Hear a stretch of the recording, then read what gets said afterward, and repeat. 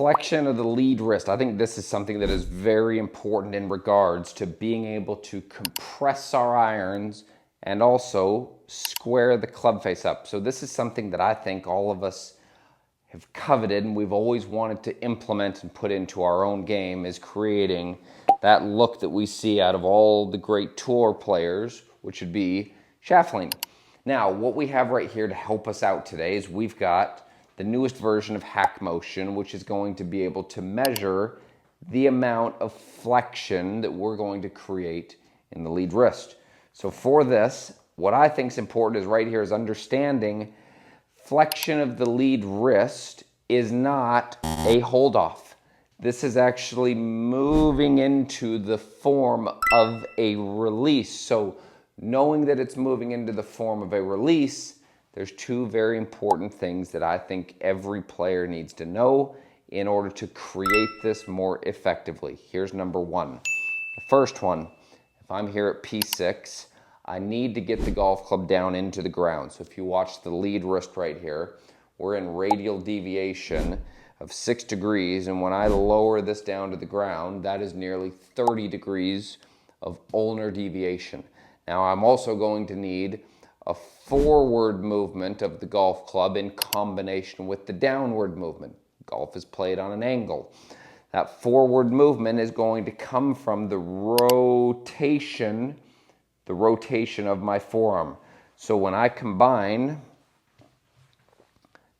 down with rotation, that's what's going to create the flexion that we're going to see right here on Hackmotion.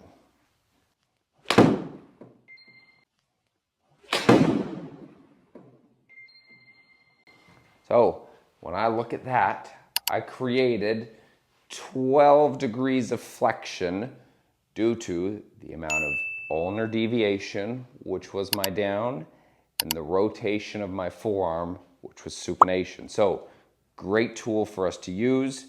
We've got plenty of measurables that we can see on here with it. Would highly, highly, highly recommend it.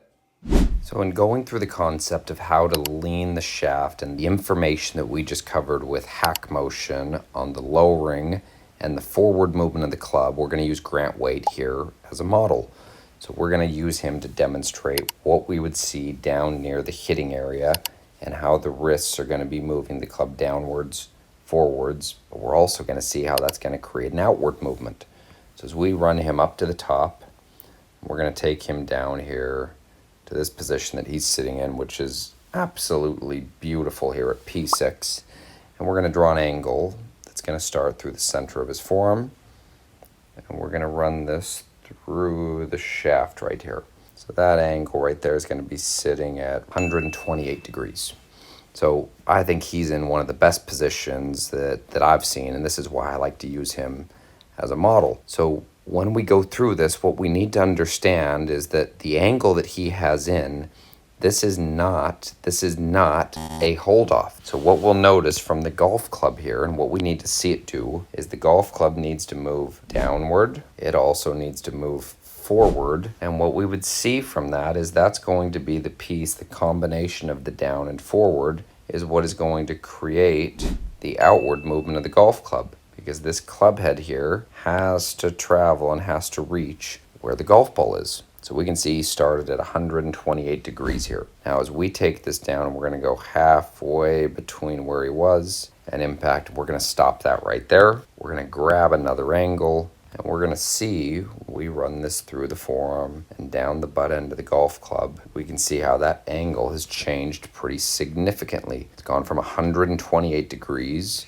and he's actually started to go into the form of release, and he's sitting here nearly at 160 degrees here. So we can see the lowering of the golf club is starting to take place in the lead wrist. So he's moving that wrist there into ulnar deviation. And the other thing that we're seeing him do is he's starting to move the forearm into what we would call more of a supination. So that would be our forward movement of the golf clubs. We've gone from 128 to 159. Now we're going to run him down here to impact. So as we all know, a straight line right here would be sitting at 180 degrees, and he is pretty darn close to that 180 degrees right there, just roughly at the moment of impact. We've gone from 128 to 178. So in the span of P6, position 6, down to impact, that would be P7, we can see how much of the lowering is taking place and how much of the forward movement is taking place. And what that's also creating, that we'll see, is if we draw a plane line that he's on, that's also going to be the piece. So we can see this golf club running down beautifully on plane here. But that's the piece that is also helping him get the golf club working outward towards the golf ball. So when we combine the information and the data that we have with Hackmotion, so that we can understand how this is working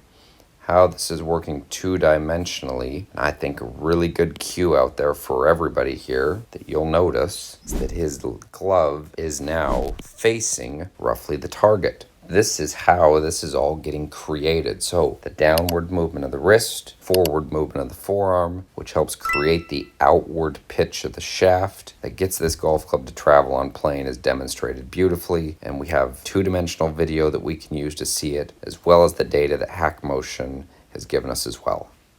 Here's one of my favorite drills that I think can help all of us out with learning how we would lower the golf club with ulnar deviation, supinate the forearm, which is going to turn into that flexion that we talked about in the earlier part of the video. So what I need from you, credit card and a glove, and all we're going to do is we're going to take this credit card, we're going to stick it here in our glove. So now we have a form of feedback of whether I have created flexion of the lead wrist or extension of the lead wrist. So those of us that have struggled with pulling, cupping, trying to hold on to angle for too long, here's a great source and a very, very simple tool that you can use. I would start by placing the credit card in the glove, and it's going to rest up against your forearm. So as I swing this back right here at P6, you can see how that would be on my forearm still. So as I lower the club to the ground and I start to rotate this, you can see how that would be creating space between my forearm and my wrist.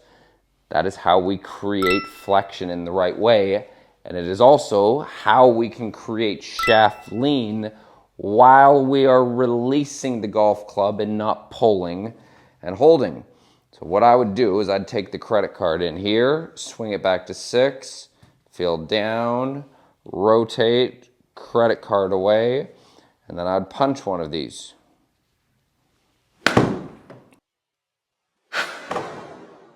So right in there, I can see to my finish, I can see that I have space now in between that credit card and my glove.